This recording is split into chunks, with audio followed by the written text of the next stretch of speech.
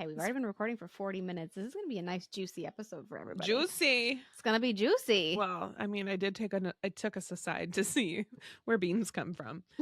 That was Okay. fun. It was fun.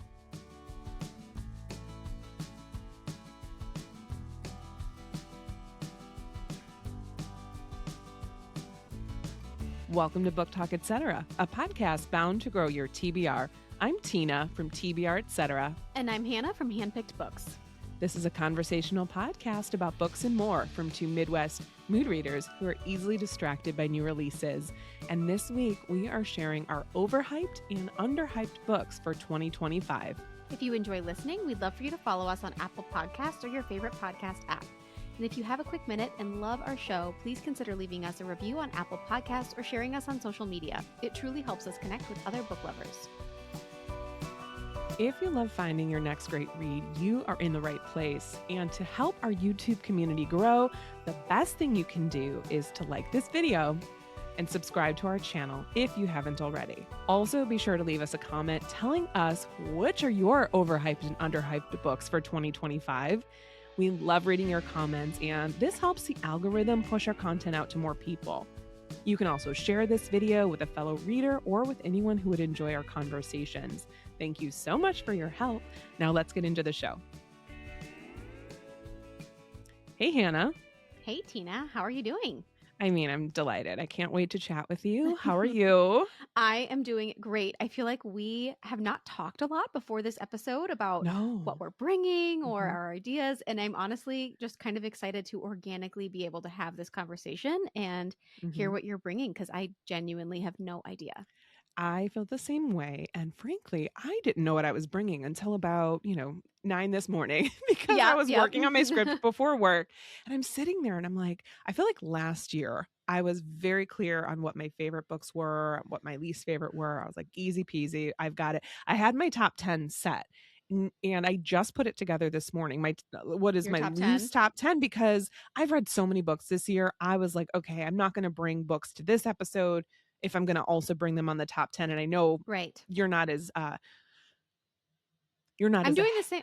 You're doing the same. Okay, good. Okay. Yep. I was going to say, I didn't want to crossover. Fantastic. Okay. That's really fun. Cause I didn't want to anyway, we didn't talk about it like we said, and I didn't want to pressure you if you brought one that's like a double dipper, but I have no double dips. But for that reason, I really had to sit down and say, okay, here are my favorites, or, ones that I'm considering. Are there any I think are under, over, yada, yada, yada. Now, right now, it is December 12th as we're recording this, and we are taking a week off. So next week, you will not get a new episode from us, but you will get a new episode from us on the last Tuesday of 2025, which is December 30th, where Hannah and I are sharing our best books of 2025. So my list isn't finalized in this moment, but I have a really good idea. And I'm like, you know me, I'm like, can I find one that's going to kick one of these other 10 off the list before next week? Or I guess Exactly. 2 weeks from now. Yeah. I know. We have plenty of reading time left. So before we get into our overhyped, underhyped, and appropriately hyped books, I want to share my loving lately. This might be the most embarrassing loving lately I've ever brought. I don't know if it's embarrassing, but what? Sit with me for a moment, because my loving lately is BeanTok. Are you familiar? Like the magical fruit? Yeah, that beans, exactly. Tina, I'm beans. Very familiar. I have a colleague and we share bean videos. Fantastic. I'm so glad you're on my wavelength. I'm so glad that you are on my wavelength. And I was thinking for you specifically. Okay, so here's the thing. Here's what I've been eating. Specifically, I'm so excited. A bean salad. It's called a dense bean salad. And I've also been doing a bean sort of wrap for breakfast. And so this dense bean salad, let me tell you about it. I guess it's sort of a trend, but it was coined, I think, by this TikTok creator named Violet, who popularized this protein-rich, no lettuce style salad in 2024. Although, of course, bean salads have existed for ages. But I think for hers, it just became her thing. It became her niche. And so, of course, there's a lot of other people that share their bean recipes for it. But you might be thinking, okay, why do we care about beans? Okay, beans are really, really good for you. They are delicious. They are easy because you don't have to cook them unless you want to, of course, but you don't have to. They're also really, really good for meal prep. They're versatile, and when you make something like the dense bean salad, the flavor sits in the fridge and it gets better and better. So originally my lunch was going to be the dense bean salad. Now I've been eating it for breakfast because I'm not a breakfast person, neither is Hannah. And so I've just been literally eating this bowl of beans for breakfast and I feel great about it.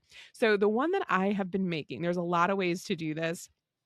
The one that I sort of have been taking a spin on is more of a Mediterranean dense bean salad. And so in mine, and of course, obviously you can customize this however you want to. My base were those cannellini beans. I don't exactly know how to say that word, but I think They're like that's a white close. bean. Yes, the white bean. I think I did 2 cans of those. I did cherry tomatoes. I did black olives, mozzarella pearls, yellow pepper, pepperoncinis. And I think that's everything. And then you kind of just do whatever you want with it. I did like an olive oil, a little balsamic in there. No, a little red wine vinegar and then some seasonings there. And you toss it all together.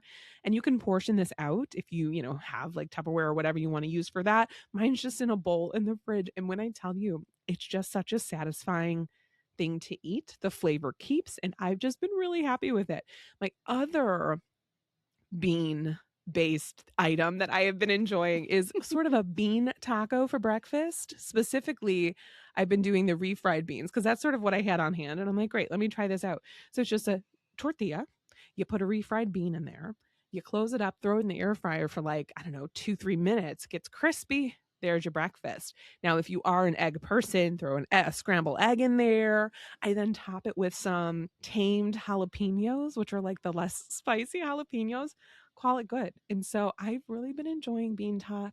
If you're like interested, take one, and if you're somebody that has TikTok, take one moment to Google BeanTok or search up BeanTok in TikTok, and you'll get fed 100 recipes or 100 people also talking about beans.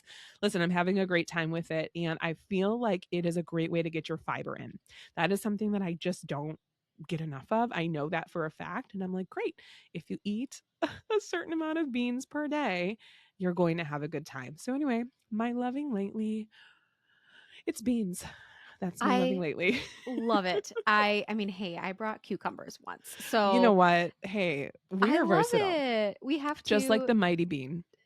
just like the mighty bean. Yeah, no, I love this. And like I said, I have a colleague and we share like bean recipes with each Oh, other. I think it started because she had just started at work. And one of our first conversations was like, if we could eat one food for the rest of your life, what would it be? And we were like, either beans or potatoes, because classic. you Yeah. could basically eat those two items and be okay for a very long time if you Hmm. only ate those things. So anyway, that's how the conversation started, but I very much co-sign BeanTok. Love that you brought that so much. Now, where do beans come from? This is a legitimate question. I actually don't know. Like a Don't they come from cannellini bean. don't they Where the come hell from do the they come from? ground? Are there? I could Yeah, be they have. wrong. No, Um no, soybean they come from a farm. vine. They come from a vine. Where do beans come? Because like green beans and stuff. They're a lagoon. Legume. They're a legume. I've also heard I don't know if you're asking how they grow, like how they grow, Yeah. or if you're asking Where do we? like what group of food that they go into. No. I'm more so. I've seen soybean farms. I'm trying to think. I've never seen like a bean farm. I That's think it's probably different. because they're not really in the United States. Let's see here. Well, soybeans Anyway, I'm are. We getting have a lot of soybean farms yes. Hmm. here in Michigan. I'm talking like a black bean though, or like a cannellini bean. Where do we get it from? I'm finding it right now. Well, they grow from seeds, wouldn't you know? That's No, what popped up. I don't. Um, and then yeah, they're vining They're plants. like It seems like Central pretty and South much America. all of them, or if not most, are vining plants that produce flowers and then pods. I knew that about green beans, but it sounds like all beans are like that. If you are a farmer and you are listening to this and this is so painful for you to listen to, I do apologize. Feel free to, give us some knowledge on our BeanTok information and how they grow. Like, oh, I I think could they grow from vines. I could hear my husband slash our editors eyeballs rolling into the back of his head in the future, and I'm sure he's gonna find a YouTube video that tells me all about it. Anyway, just a fun aside, wanted to know if you in Oh. case you were curious, that's what I've been up to. Tell us what you've been loving lately, Hannah. Okay, mine is a little bit different, but it's in the bookish space. And it is a specific Okay. article from Book Riot by Kelly Jensen. It is an article, Young Adult has entered its awkward adolescence and its teens who are losing out. And this was a really long article, but it was really interesting. And I feel like every once in a while, a article comes out or comes along that perfectly articulates a shift that you've been noticing but haven't fully found the words to talk about it yet. And that was definitely the case with this article. And it was interesting to read because it's something that's happening in real time, the way young adult is drifting away from actual teenagers. And I've seen quite a few people talking about this on TikTok and Instagram, on social media in general, but I haven't seen someone so holistically describe everything that's happening and why in such a articulate and complete way, between sales slumps and the rise of romanticy even, and a Yeah. growing focus on adult readers specifically. This young adult category that was meant to reflect adolescence is kind of aging out of its own intended audience. And I found this article just really smart and nuanced, and it's unsettling too because it asks the question, if the bookshelves are labeled young adult, but they're not serving young adults anymore, who are these books actually for? Because you can't say they're for adults, because then that would be weird or even wrong, question mark. It's just a really interesting question. At the end of the day, young adult doesn't need to be rescued from adults. We read across all categories and there's no shame for any of that. Adults should absolutely be able to read young adult, and this article is not saying that adults shouldn't be reading young adult books. That's wonderful. But when the market begins prioritizing adult tastes over teen needs, then teens are the ones who are losing these literary spaces that are supposed to be built specifically for them. And her article really highlights the stakes here if young adult continues to age up and flatten its diversity, especially, and then market itself as adult romance. Younger readers are simply going to drift away. And as we enter the age of social media and Gen AI, teens are losing access about stories about their own lives, and we're going to lose this generation of readers. And I just think that it's worth paying attention to. I didn't mean to get all like womp womp, No, but I think it's this fascinating. article was Yes. really fascinating, and a healthy young adult category ultimately serves everyone. So I think what I'll also leave you with is, first of all, just give this article a read. I think it was really interesting and it was encouraging in parts. I think if you're a teacher or a librarian or a parent, advocate for age appropriate young adult access, attend board meetings or respond to book challenges, or even support your local library's selection policies. I think this is huge in an era of just widespread book bans in general. And I also would say, if you're reading young adult, review it as young adult and not Mhm. adult books. I think that I have definitely fallen victim to that also. And just support debut and marginalized young adult authors. Even if you're not buying or selling or reading them, you can even share them on social media.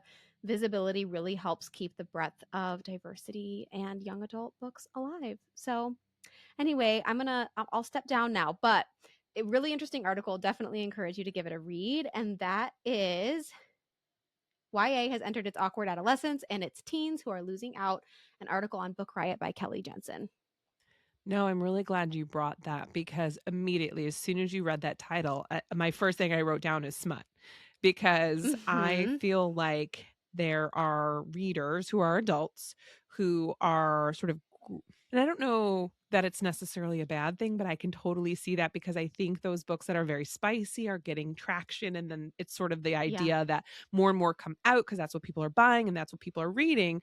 And then Yeah. we've talked about this with some of our booksellers previously, is that, the books that are young adult, but they have these like really spicy plots. And then there's like the animated cover or the illustrated cover rather.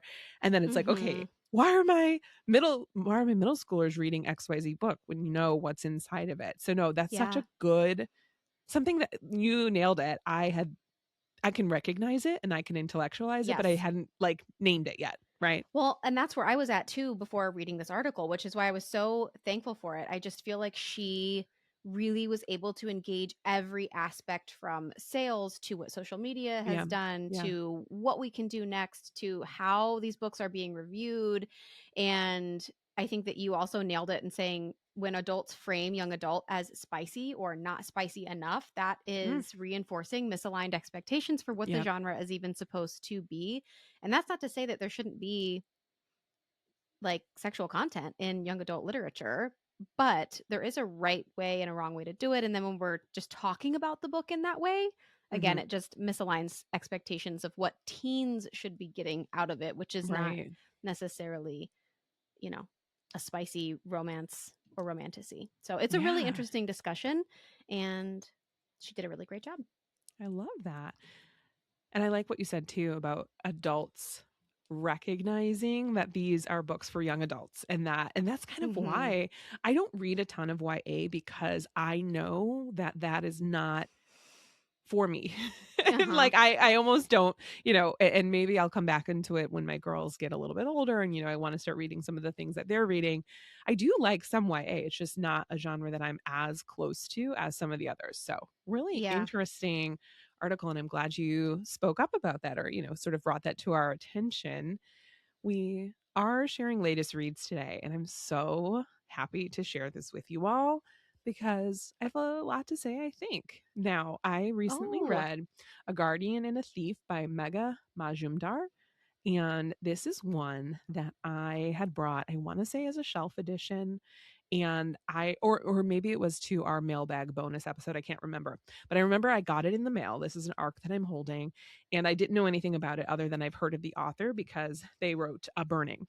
And then I was reading this along sort of live on air, and I'm like, holy cow, this sounds so good. So, what we're reading about here, it is set in a near future Kolkata, and it is beset by flooding and famine.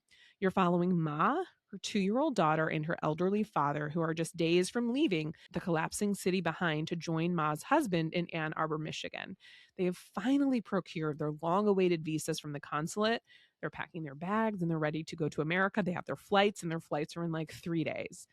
But one morning, they awaken to discover that Ma's purse containing all of their treasured immigration documents has been stolen, which is absolutely devastating because you can't just get a new passport quickly. You can't just get a new visa. These things take years, especially this book is set in the near future when things are even more dire.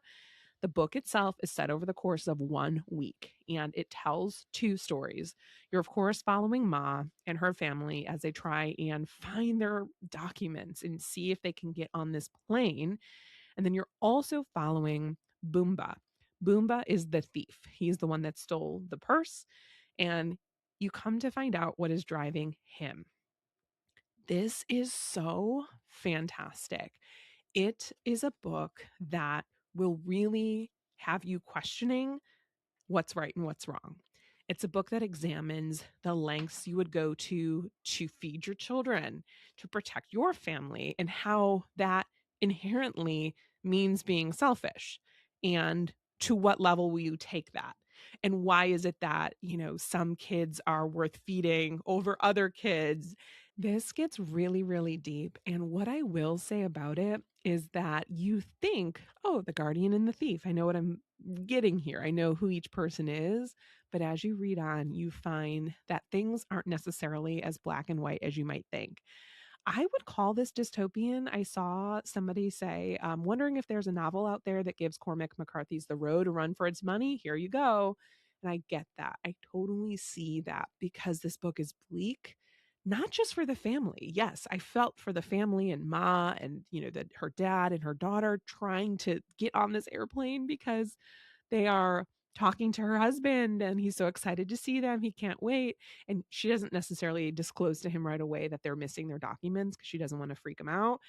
And gosh, there's just this really, really beautiful writing and passages that make you reflect on how interconnected we all are and how there's these people that you run into in your everyday life and you don't know anything about them and yet you're dependent on them. I'll give you an example. The school bus driver. I don't know his name, but like I depend on him every day to be on time and to safely get my girl to school. And it's just these little interactions that you have throughout a person's life that really she really made me think about that. She also talked a bit about still having pride for your city and having pride for where it is that you come from despite its failings, despite, the shortcomings that you have, you can still be proud of those things. I thought there was really good tension with this because again, it only takes place over the course of 1 week, and so I was just reading this like, what's going on? Are they going to get on this airplane? And I just think this book is really clever and dark. And when I first picked this up, I actually had to set it aside because I started it in early November and things are happening in our current political climate that were really paralleling this in a way that was not making me take pause and sort of I had to take a step back from this book, but I'm really glad that I got back into it because I think I thought I was getting one thing and the more I read, we got another. This is one where it's good until the last page. You're going to want to discuss this with somebody. And I am not surprised that it's an Oprah's book club pick because I often find that Oprah chooses novels where maybe there aren't these likable characters. There's complicated ethical and moral issues, and you're not quite sure exactly what you want to say about this or what you think about it, but she sure gets you thinking. And so, for all of these reasons, I highly recommend this. Also, not for nothing, the audio, fantastic, really well narrated. It's a full cast narration. And also, they're doing these phone calls to the dad in the US, and they do like this interesting, I don't know, audio thing where it sounds like they're talking through the phone. Highly recommend this. I thought it was stellar. It's A Guardian and a Thief by Megha Majumdar. Yeah, that sounds really good. I am bringing a book later that I'll talk about at some point Mhm. on the show on this episode that is an Oprah's book club pick. And same thing, just so many moral and ethical dilemmas. And she does such a good job at picking books that are going to be really discussable for book club, which makes sense because Yes, she is a book right. club. So She's not glad that new to you this brought book that. club game. No, she's not. She's been doing it for a minute. That is for sure. Okay, my latest read is a romance. It is called The Passion Project by London Sperry. And this is a story about Bennett who runs into Henry Adams just hours after standing him up for a first date. She ends up making a alcohol-fueled confession, which is that she is not actually remotely ready to date, and in fact it's been years since she has felt genuine connection and passion for anything at all, not pottery, not sports, not any kind of craft, just nothing. And rather than leaving her to ruminate, Henry jumps at the opportunity for adventure. Bennett needs to find a passion for life, and Henry is determined to help her find it. So every Saturday, they plan to try something new in New York City as friends, of course. And that is hence the title Passion Project. As this project to find Bennett's passion for life continues, the pair of them tackle everything from literally carpentry to tattooing to rappelling off skyscrapers at one point. And Bennett slowly starts to feel her guarded exterior ebbing away as the story progresses. At the end of the day, Bennett has to decide what she wants and if she is truly ready to move on from the things that have contributed to her lack of passion, mainly the grief of losing her best friend. With sparkly banter and tender hearted romance, ultimately, this is a story about a woman in her 20s trying to find herself again after heartbreak. My first thought when reading this is that Henry was almost a little too cutie patootie, cinnamon roll, golden boy. But he really was just genuinely such a sweet person. And you really grow to love him throughout reading this one. He really grew on me. I loved the conversations that Henry and Bennett would have. They seemed really natural, and their chemistry as a couple just jumped off of the page and very quickly. I never had to doubt their authentic care for one another as friends, and then eventually more. I love romances that grapple with grief, and this one did so in a way that felt deep and raw and meaningful and didn't make the happy ending feel out of place. She tackles anxiety with this one, depression, heavy sadness, while also having me giggling and kicking my feet on the next page. Both of our protagonists are dealing with loss here. Henry is slowly losing his father to Alzheimer's, and Bennett has had the loss of her best friend that she is actively still grieving and dealing with, which is two different types of grief, too. You know, one on Henry's side where he is losing someone who's not yet gone, who is still there, but it's still a loss. And then you have Bennett, who is actually lost someone who's passed away that she's been very close to. So I also liked that there were two types of grief that were explored in this novel. This book also definitely has the yearning and the pining. If that is essential for you as a romance reader, I approve. This has my stamp of approval for the pining and yearning category. There is also a moment in the story where there is only one bed, but the room has a ton of antique dolls in it. And I mean, like a ton of them. Creepy. And yeah, it was so creepy. And all these dolls are like surrounding them in this room. And it was genuinely one of the most memorable scenes in a romance book that I have read all year. It was so funny and also cute. My one gripe with this one is that the ending, ugh, there's a little bit toward the end. It's not the very end. The very end was fine. It was a happily ever after, and I was so relieved once we got to that point. But the third act conflict and Bennett specifically, her choices here, I found not only frustrating, but I truly was squirming. I wanted to throw up. Her decisions just made me absolutely bananas. I was having such a hard time. And I know that those decisions that she was making have to do with the grief and the anxiety that she's dealing with. But I just had a really hard time handling it. When it was over, I was just so relieved. I can't say more, but that is the one thing that kept this from being a full 5-star romance for me. Otherwise, this is definitely one that I will be recommending, and I thought it was sweet. I'm really excited to see what this author does next, and that is The Passion Project by London Sperry. You said so many funny things in your review just now, giggling and kicking my feet. I wanted to throw up, cutie patootie cinnamon roll. Like you're just got the hits kept on coming with that. But Oh, I'm glad that it worked. You know, yeah. I love December reading. Actually, I love hate Me it because too. I feel like I totally I'm know what you such mean. a like I don't know. I do great with a project as we know. And so sometimes in December I'm like, I don't know what to read. I feel like I'm like all over the place with it, but it is kind of fun to just pick up something that sounds interesting and ride with it.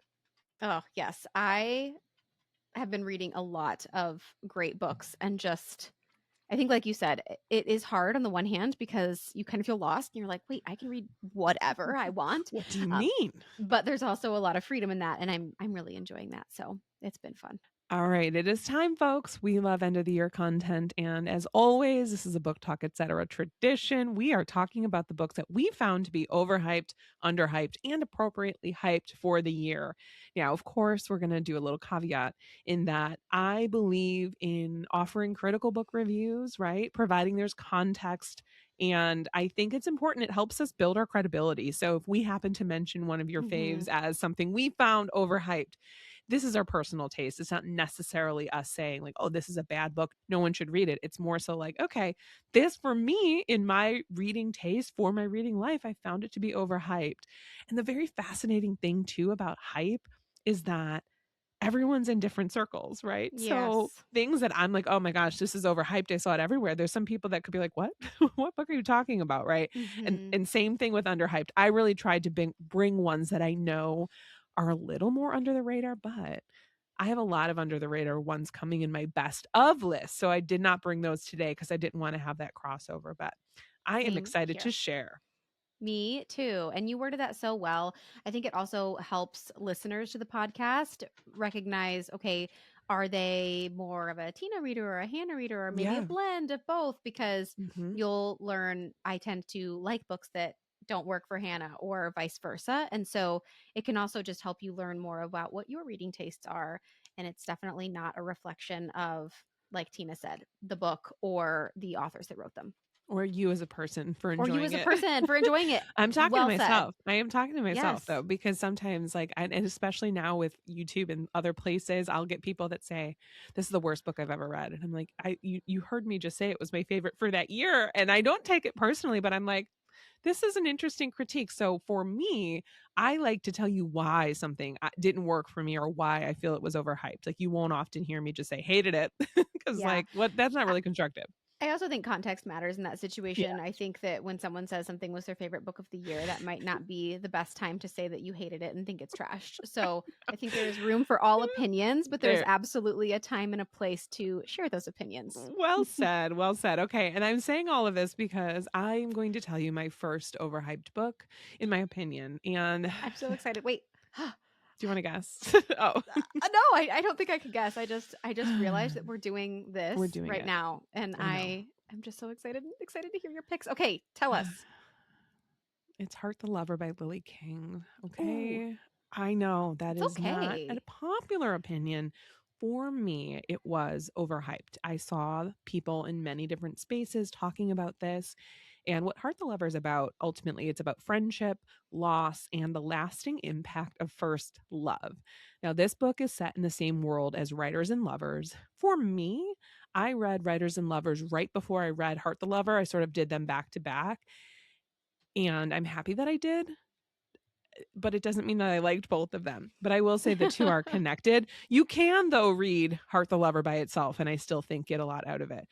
I've heard readers say this before, and I don't often understand what they mean, but now I do. I found this to be emotionally manipulative for me as a Mm, reader. There's something that happens that's very specific to my life that I don't love seeing in fiction right now. Doesn't mean it shouldn't be included ever, but it was just something that I'm like, oh boy, here we go. I also didn't buy the relationship, and I didn't quite love the female main character, but I also didn't like how she was treated. So I actually had a lot of qualms with this, or I had a I would lot of agree with that. things that I'm like, this just did not make for a great reading experience for me. I'm glad it resonated with so many and that so many are loving it, but for this reader, it was just a bit overhyped. That one is Heart the Lover by Lily King. Starting out strong. I know, right?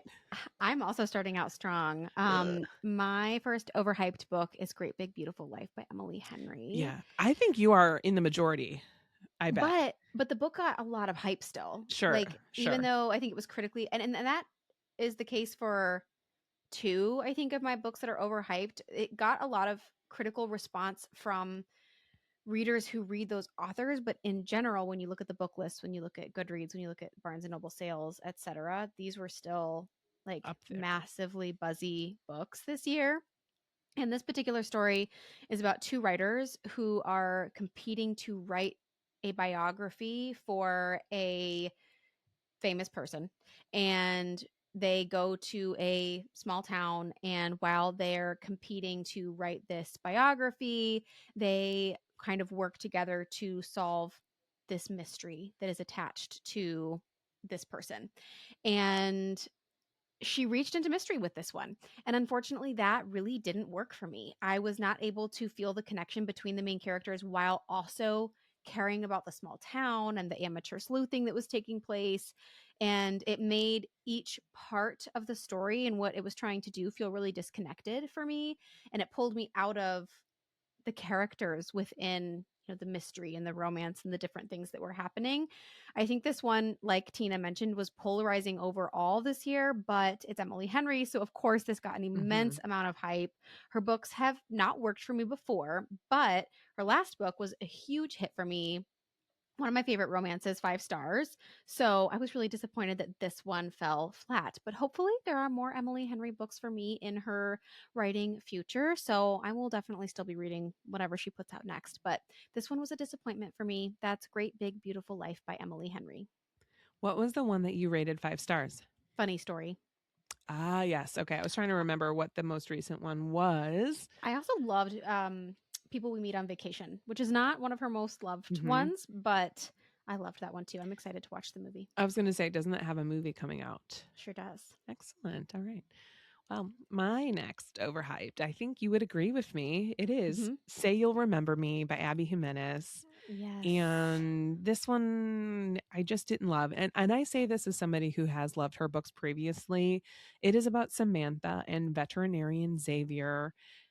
And when you were describing the main character earlier Mhm. from your latest read, that's what made me I immediately thought of Xavier, because I was like, yeah, he was kind of this too good to be true, perfect guy, right?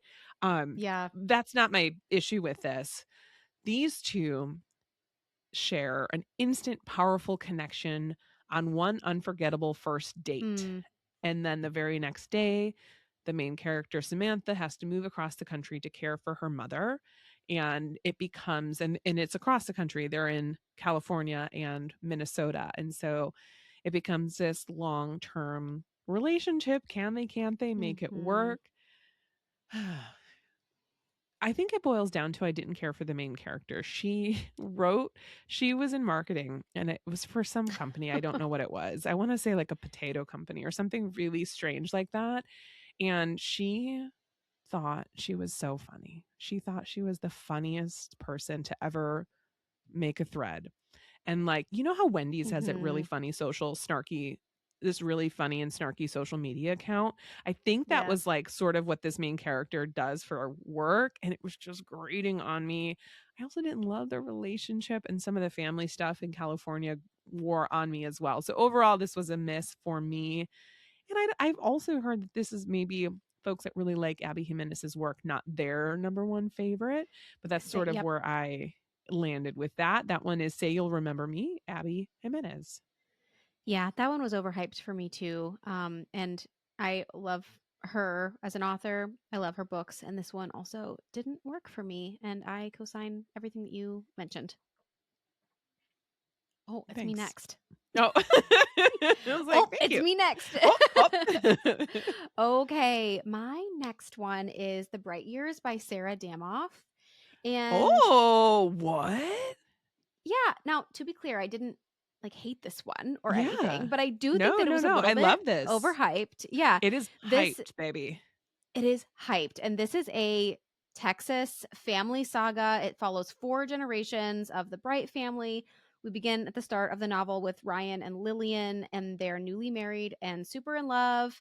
And then they're hiding this life altering secret. And then their daughter, Georgette, grows up watching their marriage unravel, and a big tragedy happens that kind of unravels. And the rest of the book really propels from this tragedy that happens, and Georgette's pulled back home into this history of her family that she has been trying to outrun her whole life. Like I said, I didn't dislike this one or hate this one. I had really complicated feelings about it. Again, there was a content topic that I don't want to say I really don't like reading about, but I am very sensitive to how this particular topic is Mhm. discussed. And I didn't love the way it was handled in this one. And this was a very personal reason. Like, this was definitely not, I don't That's think this was good. It was just very personal for me. And I also just something about it was feeling a little bit empty. There was just uh-huh. something about it that wasn't fully emotionally resonating with me. When I first reviewed it earlier this year, I noted that the writing felt a little bit confusing because there would be pages and sections that I would highlight and love, and then the next page would have a lot of repetitive language and repetitive sentences. And it felt like half the book was edited really well and really tightly, and then the other half just wasn't, which also just felt kind of off. And I think might have contributed to me feeling that lack of emotional resonance. So I'm really disappointed because I was really excited for this one. I think it ended up being more of like a 3.5 rather Yeah. than, a 5-star glowing review. So this one was overhyped for me. And that's The Bright Years by Sarah Damoff.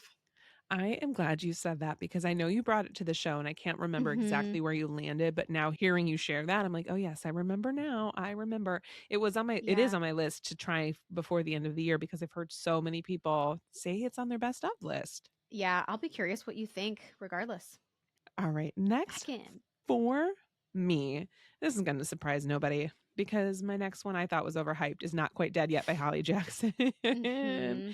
And okay, so here's the thing. We were just talking about YA books and how they're for YA readers. And this Hmm. book is Holly Jackson is a YA author. And as I understand it, this is her adult debut. And I found it still to be written in a juvenile way, specifically the main character. Are you sensing a theme? I didn't care for the main character in this one.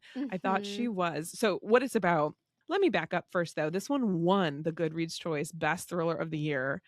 And I know people love the author, but I'm surprised that they rated this best for mystery. It is about 27-year-old Jet who gets attacked in her home and given only 7 days to live due to this fatal head injury. And she has sort of a medical condition that's going to cause an aneurysm, and they can't operate on it because that would, the operation, she's not likely to survive. So she basically has 7 days left to live. And for me, I just felt this read very young, and I didn't find the mystery itself that compelling. The dialogue was grating. The narrator is very snarky, and she just keeps reminding people like, well, I only have 7 days left to live. Well, I'm gonna die soon anyway, so why does it matter? And like, fair enough. I can't imagine what it would be like Mhm. to live with that knowledge, but same at the same time, if it's me, I'm not spending my last 7 days on this earth arguing with people and trying to find my murderer. I might, but probably not. Like, I'm going to do something else with my time. So that was overall my thought. It also felt very long. It's like 375 pages and I felt them all. So my next overhyped is Not Quite Dead Yet by Holly Jackson. I was waiting for this one. I Yeah. think it was the one that I was Yeah. like, "Oh, she's probably gonna bring some Yeah. from the Goodreads Choice Awards list, specifically Hmm. that one." They So made it easy for me. they did, but that makes for great content. So I was Hmm. happy to listen along. Were you gonna say something? I forget. No, I don't think so. Great. Okay, moving forward. Okay, my next one is definitely one of those ones that I have a feeling some people are going to be like, wait, I didn't see that book anywhere because it is genre fiction, and particularly with horror and literary horror. Mm. And that is Victorian Psycho by Virginia Uh-huh. Fato. So I feel like if you're in those spaces, you've absolutely heard of this one this year. It came out, I want to say in February of this year. So it's been a minute, but it is a 2025 release. And this one centers on a young governess who joins a household that has already cycled through like one too many governesses. And from the very beginning, Winifred, our main character, is way beyond eccentric. She struggles at every turn to stifle her very deeply unsettling compulsions, and it kind of continues to snowball throughout the entire book. Speaking of really not enjoying main characters, that is definitely the case for this one for me, and it's not because I don't like unlikable characters or even bad ones. I just didn't find her very interesting. She was deeply disturbing, but I didn't think that her character brought anything particularly unique to the canon of chaotic, weird girls. The humor just felt a little off, and this book is short, but it gets repetitive, and I kind of found myself losing interest. I was like, okay, I feel like this joke has been told before, or I Hmm. feel like I've read this before, kind of a thing. And not just in Winifred, but also the overall plot and the tone of the book. There are a couple things that happen toward the end where I was like, okay, I don't know if she needed to go that direction, but here we go. Here we are. And here we are. So I just kind of felt that way throughout the whole book, and it didn't work for me personally. And that is Victorian Psycho by Virginia Fato. Yes, I think that one for sure is hyped, especially in those spaces, and I never grabbed it. Yeah, I actually think I tried a few pages and I was like, I'm not sure, and just sort of lost the plot on it. I think you can skip it. I don't, yeah, I You think don't think it I'm was missing also anything? very stream of consciousness, which I think Ooh, is not something that yeah. you love in general. So Not I necessarily. think you Yeah. could skip it. Okay. I'll take that into consideration. All right. My next two, I don't feel bad about because I did not like either of them. And I feel I'm justified in my opinion. Because the next one that I think is overhyped is Gone Before Goodbye by Reese Witherspoon and Harlan Hmm. Coben. They This don't need you. they don't need me. Listen, they don't need me. This is about a disgraced army surgeon who takes a lucrative top secret job treating a mysterious patient in Russia, only for that patient to vanish. And she gets sort of dragged into this global conspiracy. I found this to be convoluted. I found this to be over the top, but not in a way that was entertaining or all that believable. That I could all forgive because there was, some medical aspects that I enjoyed. The pieces of the rationale. I was like, all right, that's kind of cool. I can see rich folks doing that. But the biggest sin for me with this one is the dialogue. The dialogue was so Mm. cheesy. It was so cheesy. Literally, there's a sentence that reads, Trey is the definition of a playa. Oh, Playah. I I was don't like, I like gotta that. go. I gotta go. I gotta go. So overall, this was not for me. I don't feel like it read like a typical Coben. I'm a Coben fan, Mm. and this was just not that good. And so I don't recommend it. And if you liked it, that's great, but it was not my fave.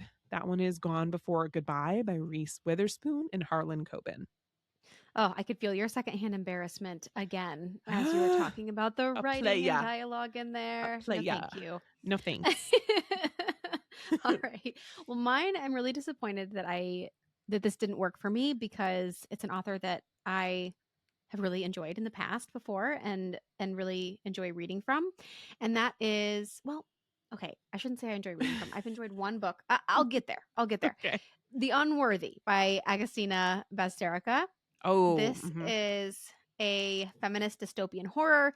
It follows a young woman living in a very harsh and isolated community where these sisters, called the Unworthy Sisters, spend their days serving this powerful enlightened.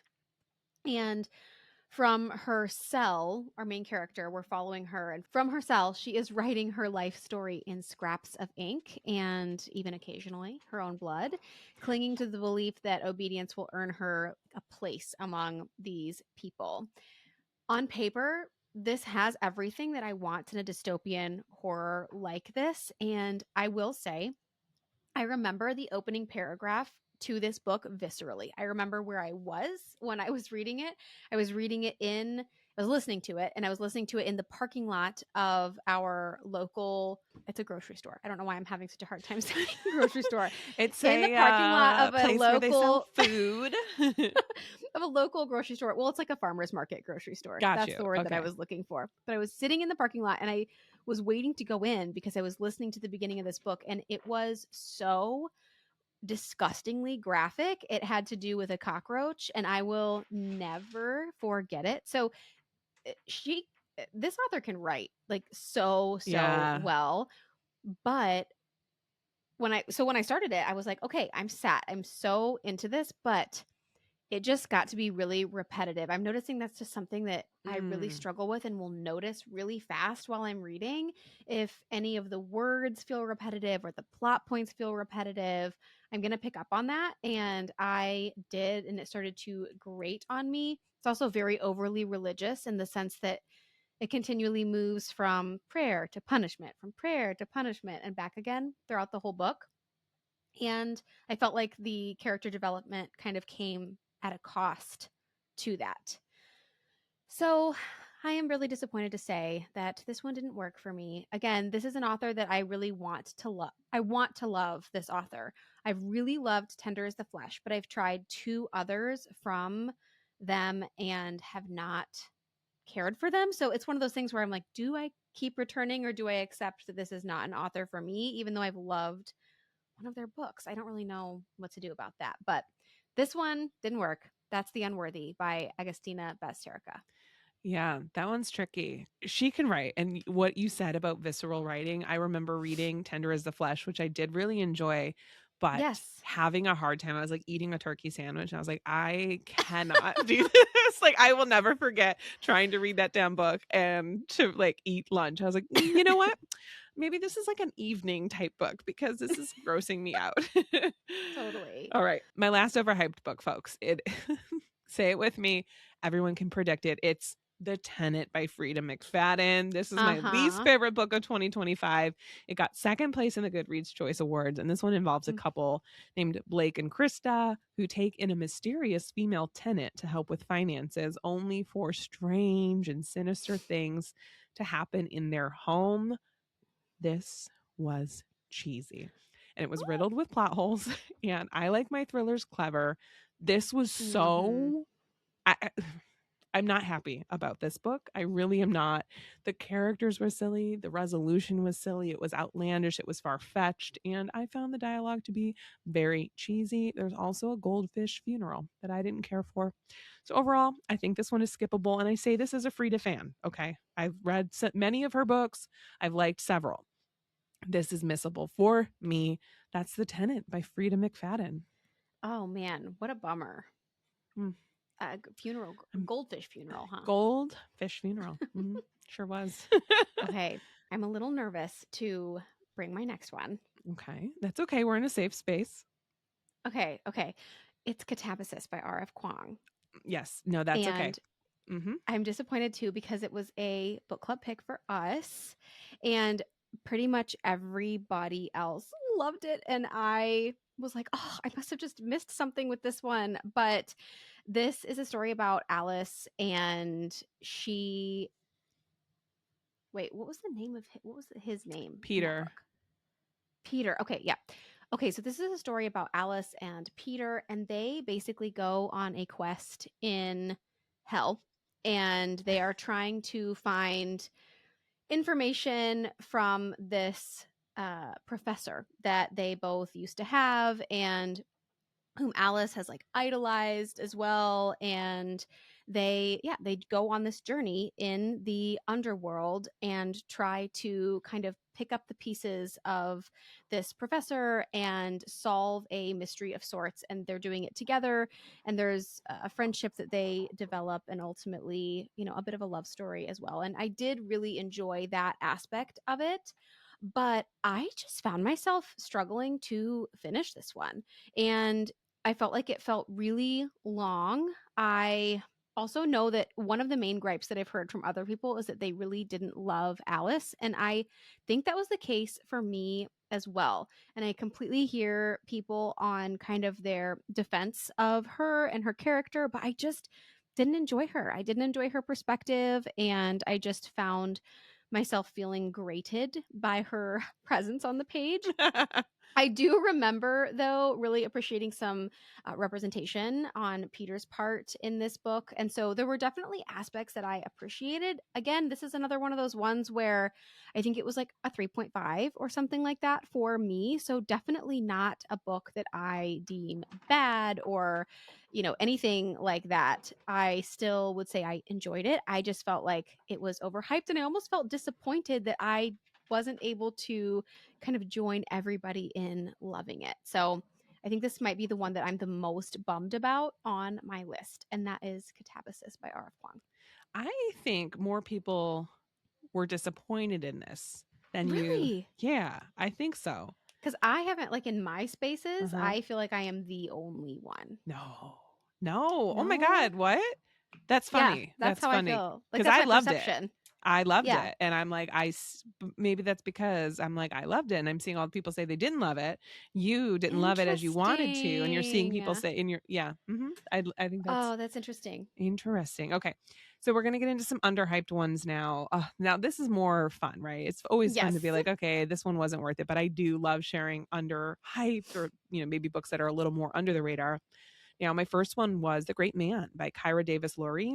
This one is Ooh. a retelling of The Great Gatsby set among LA's Black elite. And you're following this young veteran who finds his way after the war and gets pulled into this new world of tantalizing possibilities. And I love this one. I love the characters. I was very I found it to be very compelling.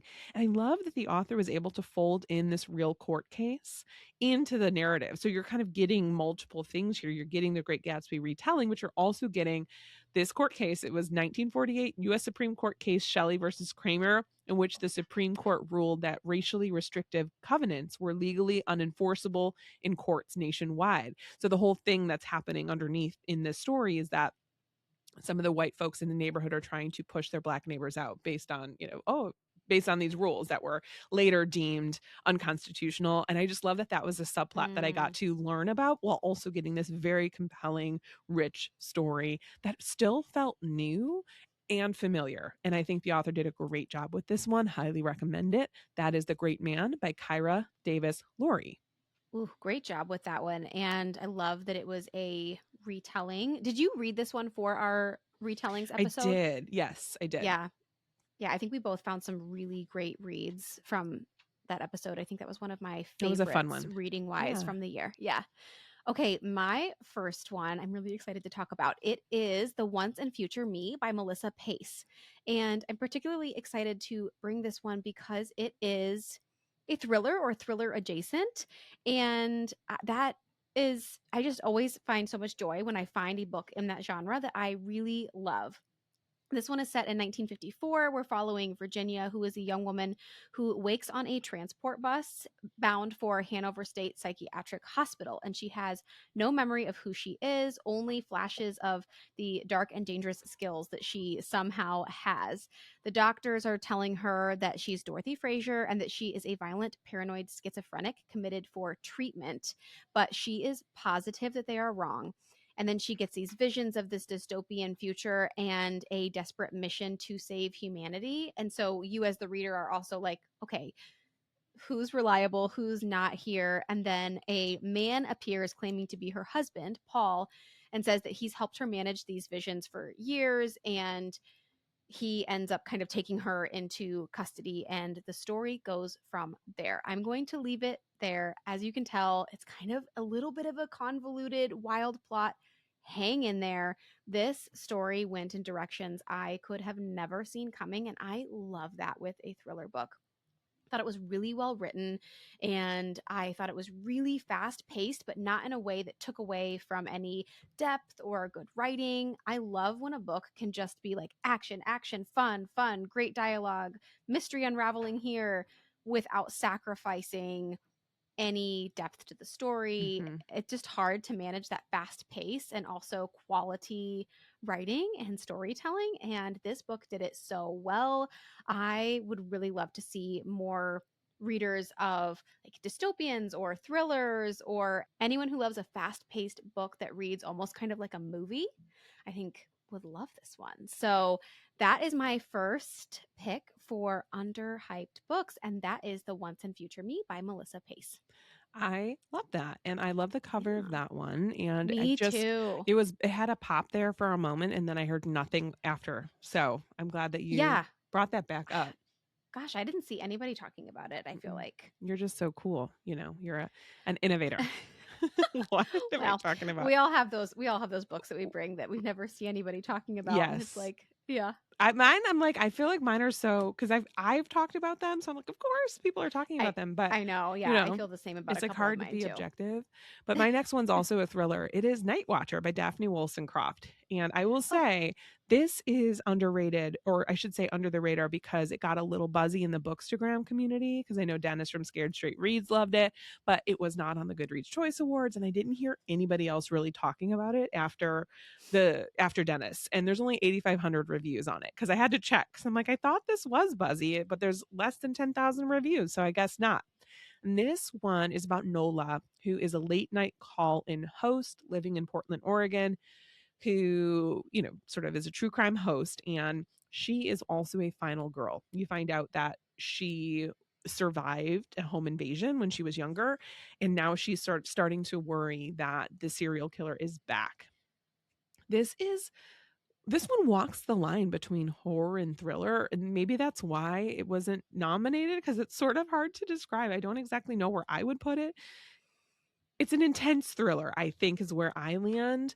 Now, this wasn't a perfect book for me. I had some issues with the ending, but I was really gripped the entire time. And if you like being scared, I do think this one did a great job of freaking me out.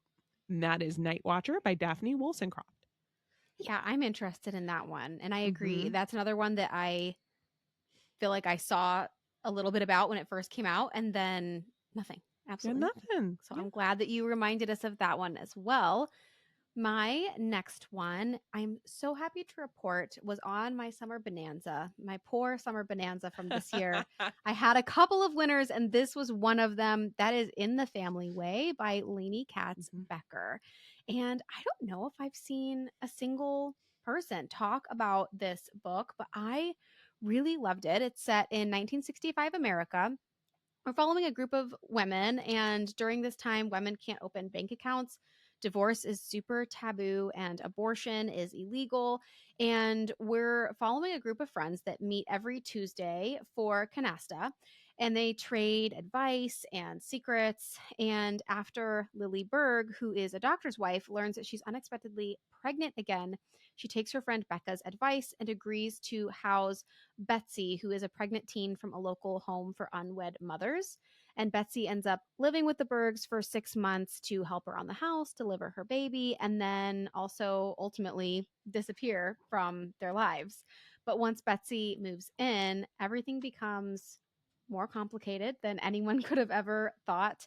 And the story follows all of these women in this kind of entangled mess of relationships and the things that are going on in their lives on the edge of a lot of cultural change that is happening in their country and in their lives as well.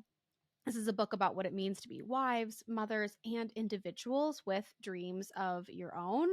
And I thought that it tackled all of those themes and topics really well. I was really invested in each of these characters' storylines. It's a little bit messy because you're trying to figure out, okay, how does Betsy, this, young teen who is staying in their home, how does she connect with this story?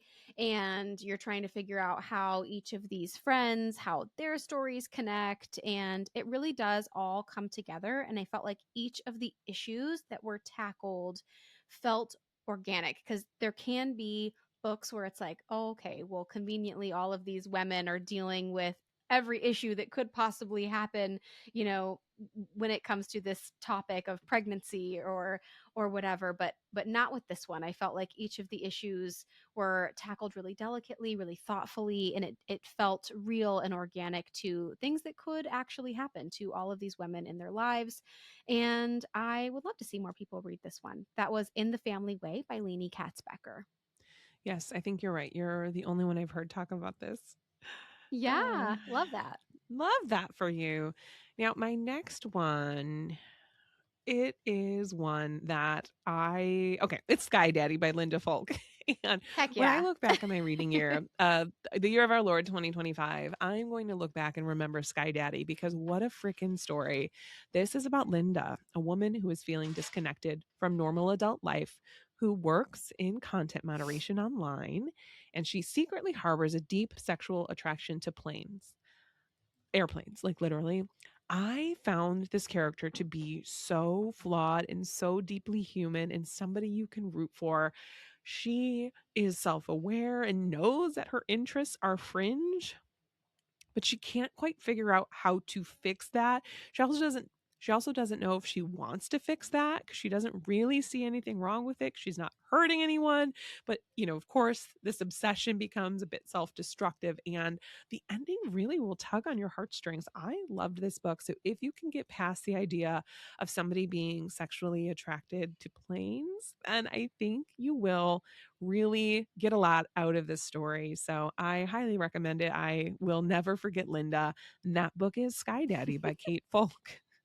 I will never forget Linda. Linda, I'll never forget her. I want to Oh, be her that's so pal. funny. I think we'd get along. I'd be like non-judgmental. Like, okay, you like it, I love it. Just don't hurt anybody. Like, what's the harm, man? Oh, that's so funny. Okay. My next one is one that I did see around, but I still think it deserves more hype and attention than it has gotten. And that is The River Has Roots by Amal El Motar. Mhm.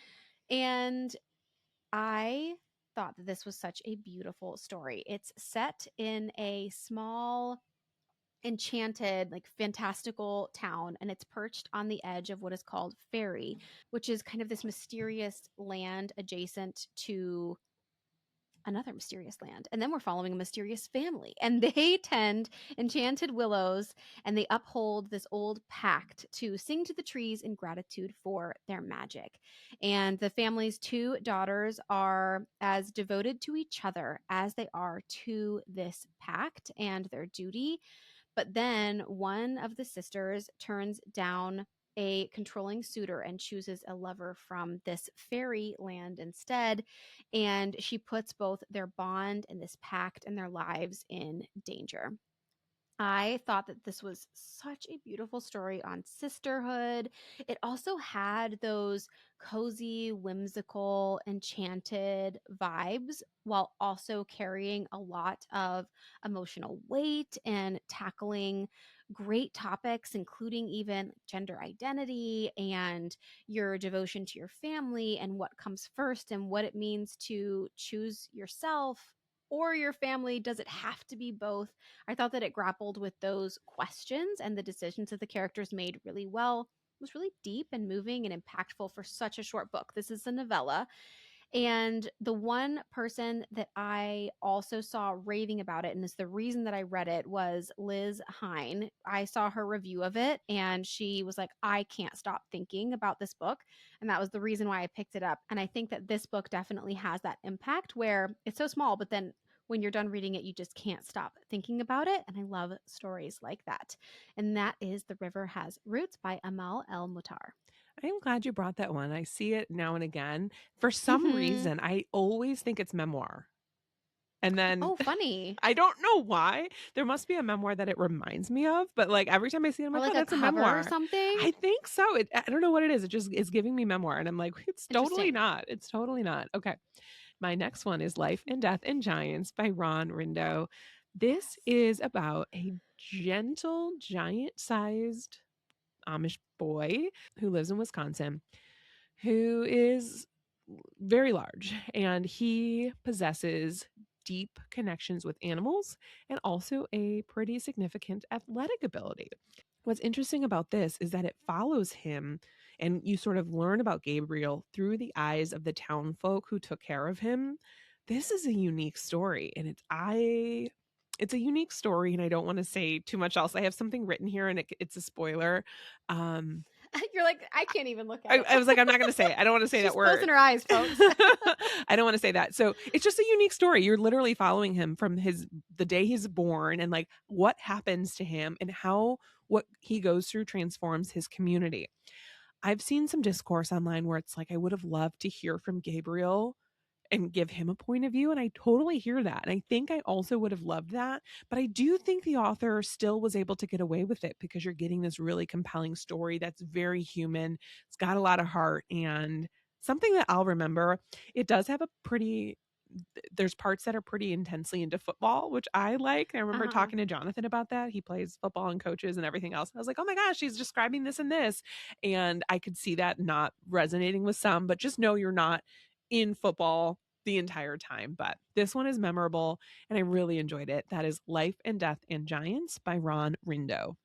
Yeah, I am so glad that you have given this book a platform because I've heard from like one other person that it's really, really, really good. Mhm. And I'm just excited for, I think I want to read it. I think you would like it. I think you could get down with it, even though there's a football component. I think you'll be fine. I think that I would enjoy that. You know, it's funny because even though I'm not a sports watcher or a Mhm. particularly athletic person, I actually have really enjoyed sports stories. I think that the stories of either like success or even how like teammates Yeah. or, you know, those kinds of stories of people connecting through sports, I think is can make for really powerful storytelling. So I am definitely a complete proponent of having sports in fiction. I think I could be down with that. In that case, I would recommend it. Yay. Okay. Maybe I'll read that on break or at some point. My next one is Great Black Hope by Rob Franklin. Yeah. And I did see this one around a little bit in some literary spaces, but not as much as I personally think that it deserves. And I will tell you about it in just a second. Can't wait. Okay, this is about a young queer Black Stanford grad, and he is thrown into the court system for possession of cocaine. And he is in a place where his class offers him protection, but his race does not. And he is still shattered by the recent death of his very glamorous, like somewhat famous roommate, whose story ends up becoming tabloid fodder. And he ends up escaping to Atlanta, but actually only sinks under the pressure of his very, very accomplished family. And when a close friend starts spiraling, he ends up returning to New York to uncover what really happened to both her and his roommate. And then, as he slips back into the city's nightlife and underworld, he starts to search for answers, both with what happened to his friend and his roommate, but also kind of who he is and searching for his own freedom and future. I thought that this was such a beautiful story, and I really appreciated this character's perspective. I loved our protagonist. He is extremely flawed and he has a lot of struggles, obviously, but I think that the hope that is attached to this narrative and following this character along that journey as he discovers himself and deals with his grief and figures out what's happening with his friend and learns who to trust and who really believes in him and who doesn't. I just really appreciated following this character along that journey. I thought it was beautifully written and really emotionally powerful, and I loved it. And that was Great Black Hope by Rob Franklin. Another one from the Summer Bonanza that was a winner. Yes, that is one that I really want to read at some point. I am sure I will. And next up is Woodworking by Emily St. James. This Yes. one is so good, and it follows a trans high school teacher from a small town in South Dakota who befriends the only other trans woman she knows, one of her students. I thought this was fantastic and really captures it does a lot with a lot of different relationships. It captures the relationship between student and teacher, and I want to be clear, it's not in an untoward way. It's just this very it's just an interesting way. And I think if you've ever worked in education, or if you sort of had these mentor figures in your life, that'll resonate with you. And I think this book was very eye-opening. You do find out why it's called Woodworking, and you find out via one of these side characters. And they share their story in the most incredible way. I won't soon forget it. I was like wrapped. And it's just one side character. And I think it's just one chapter when you find out things about her that just had my jaw on the floor. I'm like, holy cow. It was so compelling, and I just think overall this is a book that's a standout, and I want more people to read it. So that one is Woodworking by Emily St. James. Oh, yeah. That one sounds really, really good.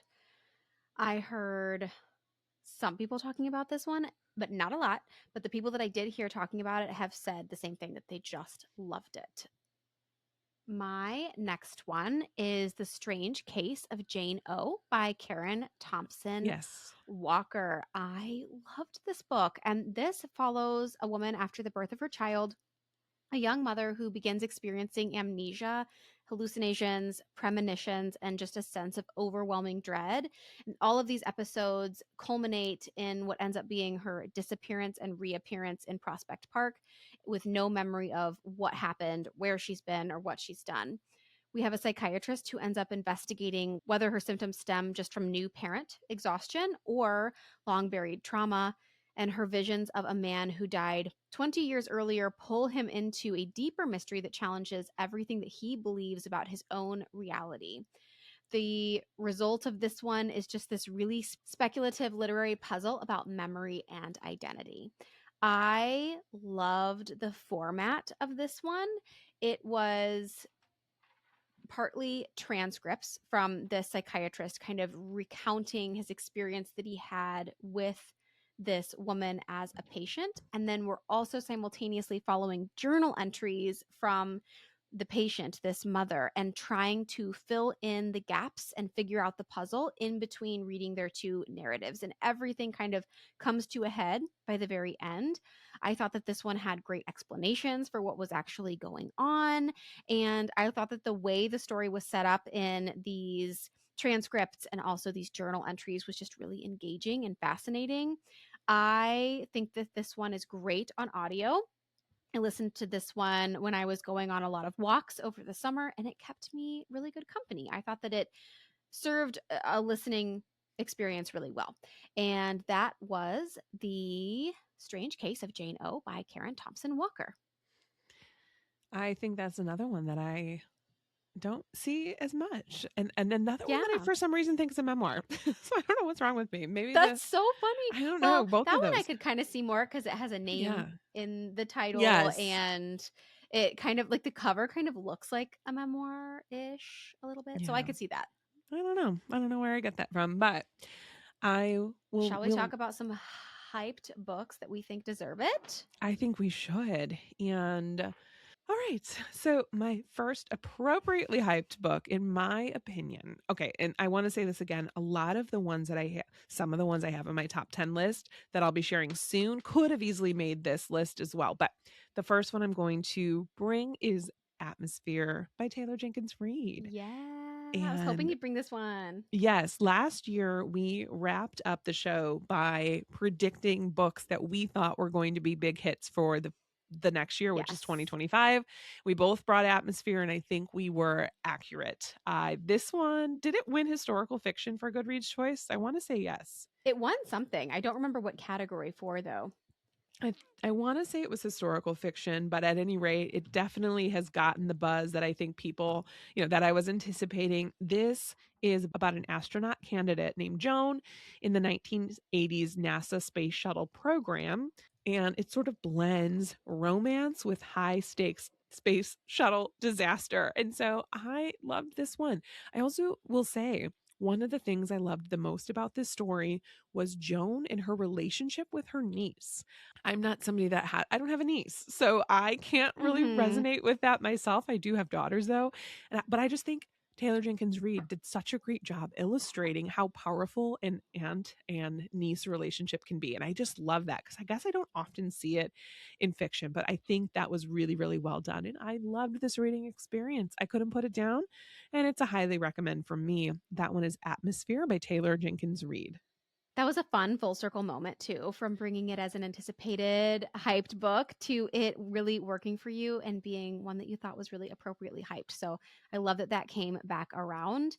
My first one is Conform by Ariel Sullivan, which I just Yes. recently talked about on the podcast. I loved this one. This was a super hyped book. I feel like I was seeing this one on TikTok, especially on Book Talk, and this one is set in a dystopian future where your worth is measured by genes and procreation. It's comped as Handmaid's Tale meets The Hunger Games. And I think that that is very apt, a perfect comparison, in my opinion. We're following Emmeline, who is chosen to be a mate to Colin, who is a member of this mysterious elite A class. mate? And They yeah, call it that's what their they mate? call Oh, them I in don't this love book. They that. call it their Okay. mate. It's like a Okay. they go into a contract together. It's called a procreation contract, and they are required to procreate together. That is Oh, how they I kind keep of okay, okay. the population, hence the Handmaid's Tale, like that Yeah. comparison. And it pulls her into this world of rituals and secrets and lavish life, but also a rising rebellion. And that is really where the plot takes place in this book, is kind of figuring out what's going on with this political rebellion that is happening within the story.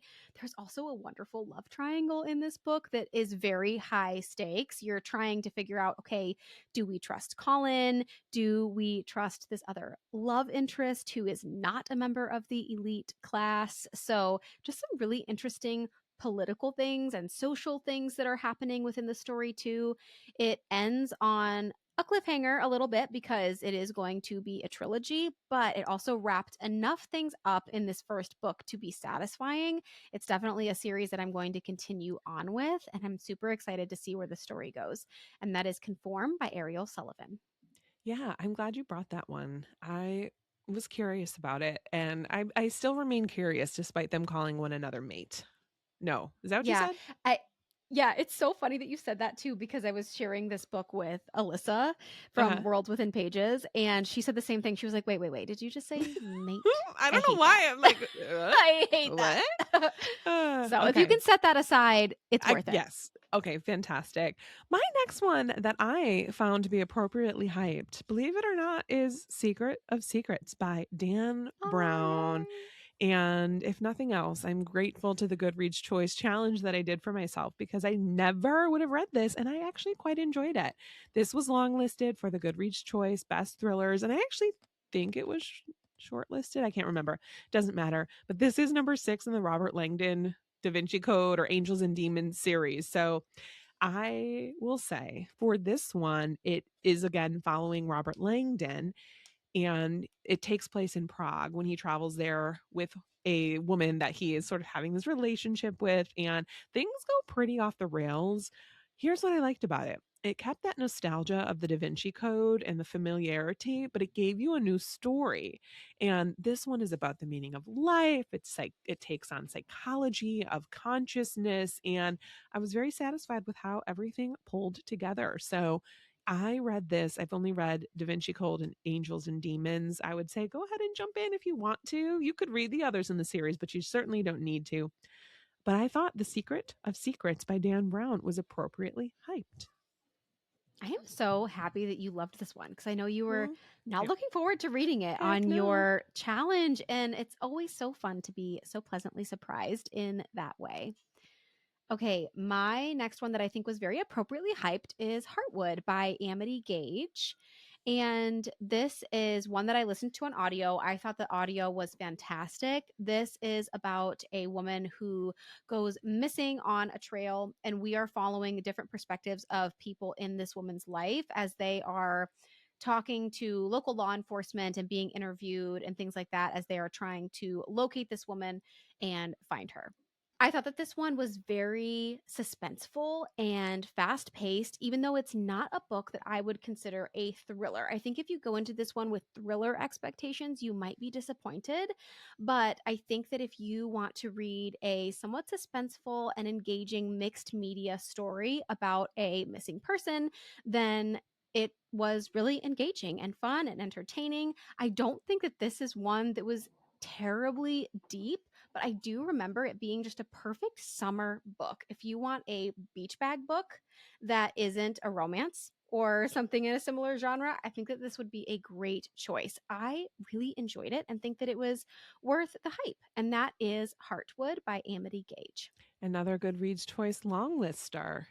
Yes, and another Read with Jenna book. And I thought that it was a little bit of an odd choice for her book club Mm-hmm. because it almost felt a little bit more like a Reese pick for me. It was a little Mm. frothy. Wouldn't you say that it was like a Heartwood? little bit? No. Yeah, wouldn't you say? No. I didn't get frothy. Uh, Well, because okay, hard things are happening. I mean, you've got a missing yeah. person, and they're talking about some tough things that happened, and there's like some trauma and things like that. Sure, Just but I don't know. There was something about it that felt almost like disconnected from all of that. yeah, no, that's fair. I wonder if it was the point of view of this character that gets introduced after a while. She's more of an elderly woman who is sort of using her connections to help solve the case Yes, essentially. yes, That was a little, yeah, I could see like I can get behind heartwarming. it. I can get behind you on that. Okay. I'm coming back around. You read it more recently than I did. Yes. So, because it's been like six Yeah, plus yeah, months, I yeah. think, since I've read it, so some of those finer details are a little fuzzy. So I'm glad that you brought that back up and made that connection. Yeah. Well, my next one, and this is a surprise. Okay. So, my next one that I think is appropriately hyped is Audition by Katie Kitamura. And this Oh, one yes. kind of got a decent amount of buzz. So, it was shortlisted for the Booker Prize. And I just saw a lot of people talking about this. It opens with two people who are meeting for lunch in Manhattan. And you're like, not quite sure who they are. One is an accomplished actress, and the other is a younger man, and we don't know the relationship that the two have but with one another, but the rest of the book sort of explores what is and what might be. This book is interesting. It's about identities, and it takes place it's about actors or folks that are sort of putting on these different facades, and it's about the roles that we play in every day.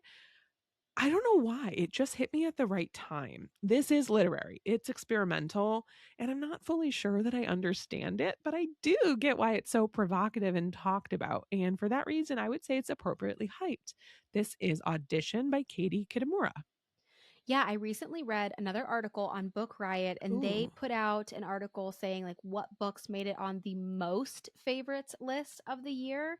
And this book, Audition, was, I think, on, they mentioned that it was like either one of the most or like the second most book that was recommended and a favorite on the most lists this year. I So love that idea. I very want to find that article. interesting. We'll try and link I it if think we it's can right find it. there. Yeah, I think it's right there pinned on their main page Book right Riot's now. You'll always probably be doing able to it. pull it up. They're always doing They're, the things, you know? they do such a good job. Mm-hmm. Okay, my next one that I think was appropriately hyped is Happy Land by Dolan Perkins Yes. Valdez. I really, really like this one. It has been a while since I have read it. It just feels like earlier in the year was ages ago, but I remember feeling so warm after I finished this one. It's set in the hills of Appalachia, and it's funny because Heartwood is also set in Appalachia. I feel like that was a little bit of a theme for me this year. And in this one, we have a community of formerly enslaved people once built a kingdom of their own inspired by memories of African royalty. And years later, we're following Nikki, who is summoned by her estranged grandmother and learns the story of her great great great grandmother, Queen Luella, and the land that they are trying to protect that is now in jeopardy. And she uncovers her family's legacy and realizes how deeply her identity is actually tied to this land and that it's time to finally reclaim what is theirs. This is the kind of historical fiction that I love reading about, the kind of historical fiction that has you Googling and learning things even outside of the historical context, like land rights and real estate things. And it was just really, really interesting how the author blended all of those things into this narrative. One thing that this author did with this novel and with Take My Hand, which I also read and absolutely loved, is she just writes these characters that you would die for. You would do anything for these characters. And she also paints a really good picture of both the past and the present timelines. And you, again, fall in love with these characters from both timelines. And you just walk away from these stories feeling so hopeful and just loving these characters so much. So I absolutely loved this one. And that is Happy Land by Dolan Perkins Valdez. Happy Land is one of the ones that I also want to read. It is on my long, long TBR, and I'll get to it at some point. Yeah, I think you'd like it. You know what? Actually, I think it's on the Aspen Words Literary Prize. Oh So my I gosh. will be reading it next year. That's I right. have read so many books from that list. I know. You need to It's hop in exciting. the old Discord server. I It's will. gonna be a good time, I I will. hope. All right. So my next one that I think for me is appropriately hyped is Catabasis by R.F. Kuang.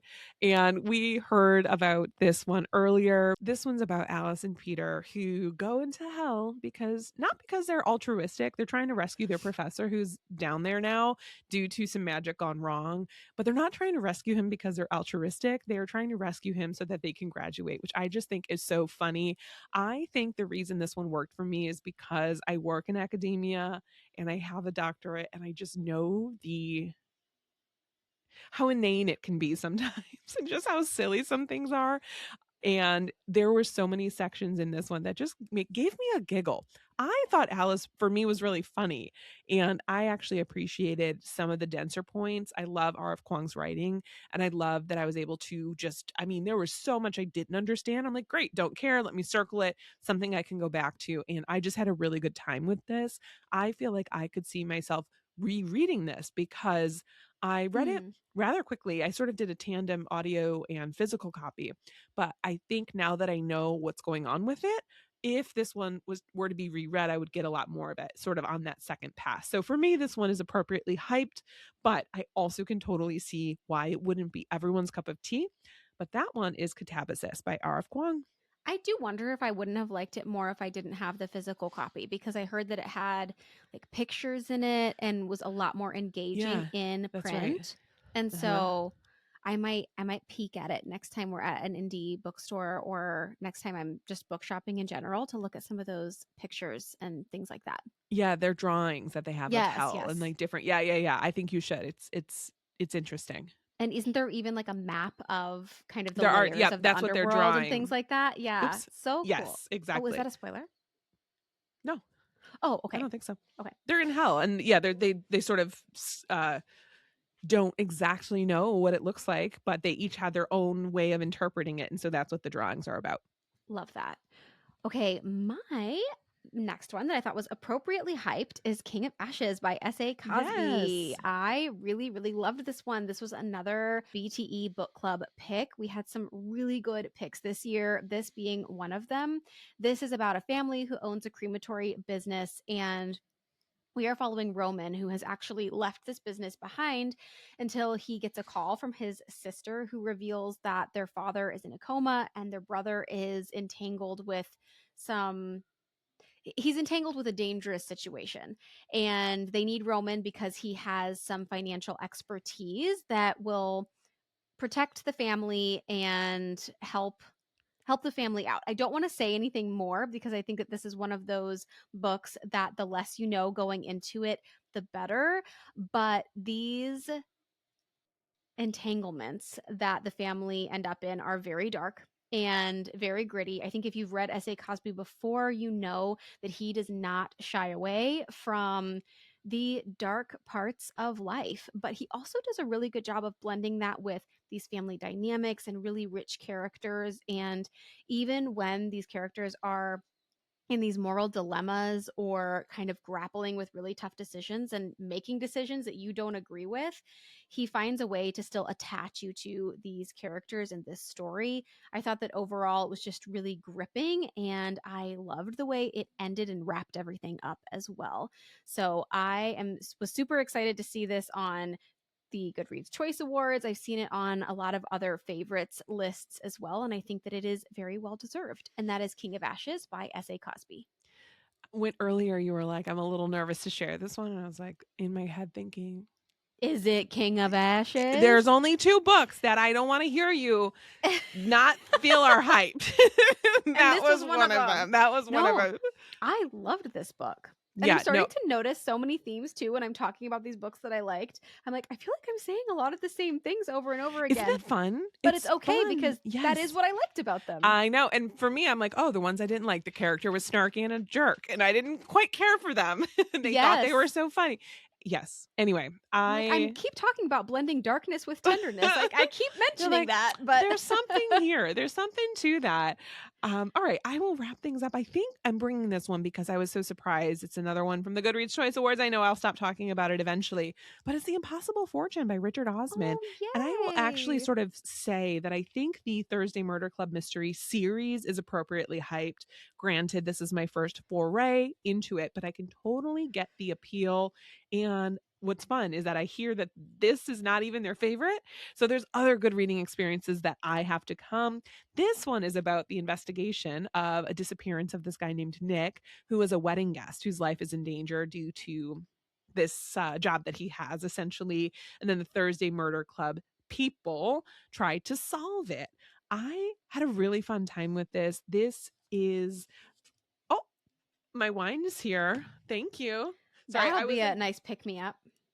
I asked for it earlier because we were like fading, and I'm like, I need something. Oh, wow. Back in, we just had a brief interlude. Jonathan delivered a glass of wine to me because it is now happy hour. But essentially, I was just remarking on how I could see people really appreciating the Thursday Murder Club, and I'm excited to get back into it. I said in my vlog that I'm going to continue on with the series. And I think once the next one is announced, that is the year that I'm going to choose to read them all. But I hope it gives me a little bit of time so that I can catch up. But the book that I think is appropriately hyped is The Impossible Fortune by Richard Osman. Oh, I just love that you had such good luck with some ones that you were not highly anticipating being Yes. winners for you. Yeah. Yeah, it's just so fun when that happens. My last pick, my book that I think was very appropriately hyped, is one that I actually haven't brought to the show yet. I haven't reviewed it yet. So I'm going to be brief because I still want to fully review this at some point in the new year. But it is Culpability by Bruce Holsinger. This is an Oprah's book club pick. It is about a family whose wife, Lorelai, is heavily involved in AI. And I don't know exactly if her exact role is described, but she works in the ethics of AI. Like that's the department that she works in and that she studies with. And there is an event that happens at the beginning of the book that you don't know a lot about when the book starts, and you kind of spend the rest of the book figuring out how this pieces together, how AI is involved, and Lorelai's involvement, and it deals with a lot of moral and ethical questions. And we're following this family, and they, at the beginning of the novel, are actually escaping to a vacation home and trying to kind of find some respite from this event, this horrible event that they're all recovering from. And just some juicy things happen while they're on vacation. This is one of those stories that slowly unravels. You're kind of picking apart this mystery that happened before the novel began, while also there is a mystery that ends up happening in the present timeline. There's something that happens while you are reading, while this family is on vacation, and you're piecing both together at the same time. And I thought that that was done really well. I am excited to talk about this one more, but I will say for now that I thought that it was worth the hype, and I could see why so many people are loving this one. I think it would be great for book clubs because of the questions that it makes you ask, and I think it would just make for really rich discussion. And that is Culpability by Bruce Holsinger. I can't wait to read this one. I knew it had an AI component, but hearing that it's about somebody who works in the ethics of AI, like that is so for me. Oh, there were so many times in this book where I'm like, wait, what would I do? I don't know what I would do. And it happens so much throughout this book. So yeah, just really, really interesting one. I think worth the read, even to just ask yourself some of those questions. Oh, fun. Okay. I will be reading that next year as it's on the Aspen list. Yes. And we are going to wrap. I know this was a very long episode, so thank you so much for hanging with us. If you are still with us, leave us a comment or find us on social media. Yes, congratulations. This has been really fun. We will wrap. In lieu of our shelf edition, we are going to share which book do we think is going to be hyped in 2026. Will we see it in about a year from now on our favorites list? I don't know. Who's to say? But I will tell you that the book that I'm predicting as one that will be very hyped next year is Kin by Tayari Jones. Yes. We have been waiting for a new Tayari Jones, at least by we, I mean me and many others, since An American Marriage, which was another book club pick from Oprah. I think it was 2018 or 19. And boy, oh boy, I have just been ready and waiting. I know this one is about sisters and it's set in the South. And that's really all I need, that I know who the author is and I am going to read it. And it comes out in March. What say you? What have you picked out? I think that that is a great prediction. I'm positive that this one is going to get a ton of buzz, and I'm really excited about reading it myself. One that I think is going to be a pretty buzzy title. I'm curious about what I'm going to think about it personally, but I think it's going to blow up, and that is Half His Age by Jeanette McCurdy. This is from the author of I'm Glad My Mom Died, which, gosh, when that memoir came out, I don't think there was a single person that didn't read it. Like, it was just all over the place. And I think people are really curious about her fiction debut, including myself. And it's always interesting to see if an author can go from nonfiction, from memoir to fiction. So I am eager to see if we like her fiction. And I think whether or not this one gets really positive or really negative reviews is going, we'll have to see about that. That's a question. But I have a feeling that we're going to see it everywhere, regardless. I agree. And that's Half His Age by Jeanette McCurdy. Yes, I can see this is a good one. And this one it comes out in a couple weeks, believe it or not, January 20th. So I was like, it comes out next year, right? Yeah, it comes out next year. Which is in a couple of weeks. So I guess we'll soon get to see if I'm right or not. Yeah. And it actually looks like Kin got bumped up. It was end of February now that it's being released. I could have sworn it was March. So who knows? I'm not mad about that. Not mad about that, right? We don't have to wait as long. But thank you so much for being here. We had such a good time chatting with each other. Again, we are going to be off next week in anticipation of the holidays, but we will be back at the end of December sharing our favorite books for 2025. Gosh, I'm just riffing. How do I end this show usually? There we go. But that is officially it for today. We thank you for spending a part of your day with us. Links, or at least the list of the books mentioned, can be found in the show notes. And if you enjoyed today's episode, you can help us out by following wherever you listen and by leaving a review on Apple Podcasts. It helps us get our show out to new listeners and grows our audience.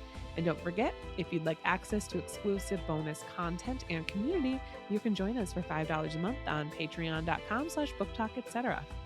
If you'd like to connect with us, you can email us at booktalk.etc@gmail.com.